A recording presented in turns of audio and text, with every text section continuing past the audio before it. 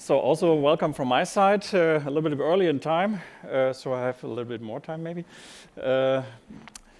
I'm Matthias Soddemann from Datwyler, as mentioned. I have the honor, as I'm always saying, to lead the advanced technologies team that in our company. So we are looking into new stuff, new possibilities, what we can do with elastomers, with rubber basically. Datwyler, for all of you who doesn't know our company, we are from Switzerland, central Switzerland, where it's nice and big mountains are around, and 8,000 people worldwide, 1.2 billion Swiss francs, which is nearly the same as euros in the meanwhile. And we are looking into rubber products, as mentioned, and our focus is really on innovation and innovative and system-critical elastomer components. This can be everything from automotive applications in brakes systems, for instance, up to, and this is a production which could be in Belgium, in one of our sites, or in India, and for production of healthcare and pharma products, where a clean environment is very crucial. Not just producing the rubber goods into clean environment, also the rubber compounds need to be very clean. And this is a very, one of our heart. We are able to produce our rubber compounds ourselves, design our rubber compounds ourselves, and this gives us also a lot of opportunities to design these materials very customer specific. And the good thing is we are always looking into the focus to produce these rubber components also in mass production into millions and billions partially. And so take all these into account. What I will tell you a little bit more, because our team, as mentioned, we are looking a little bit beyond the borders of classical rubber products, and we're looking into the field. What can we do more? What can we add on to our classical rubber materials and rubber components? And we looked actually into the direction of electronics to make the rubber smart somehow, and we found the different workspaces in this direction.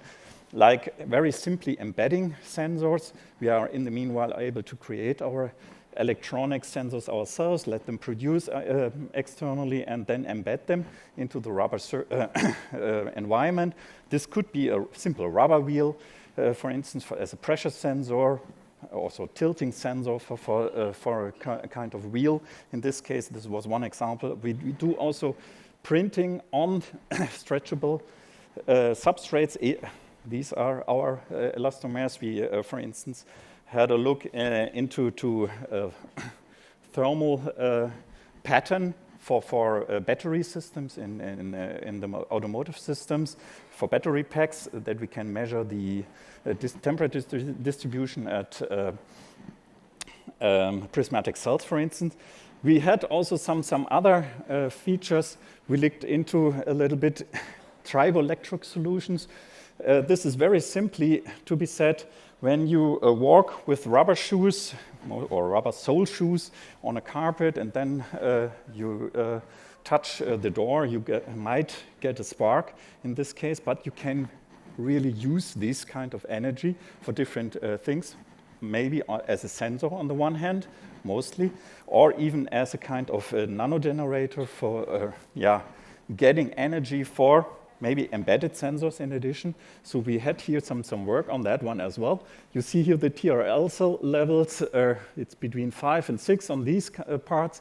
And 6 means we create demonstrators. We know how to do it. We are waiting for, and promoting it, we are waiting for input from your side, from a customer side, to bring this into mass production on concrete products. Today I will go a little bit deeper into these three colleagues here. On the one hand, soft pulse biosignal monitoring, where we have a very nice sensor for biosignal monitoring. Then electroactive polymers, EAP as we call them. I think very much the colleagues from BSC and Momentive, which made a lot of advertisement for me yesterday, for instance.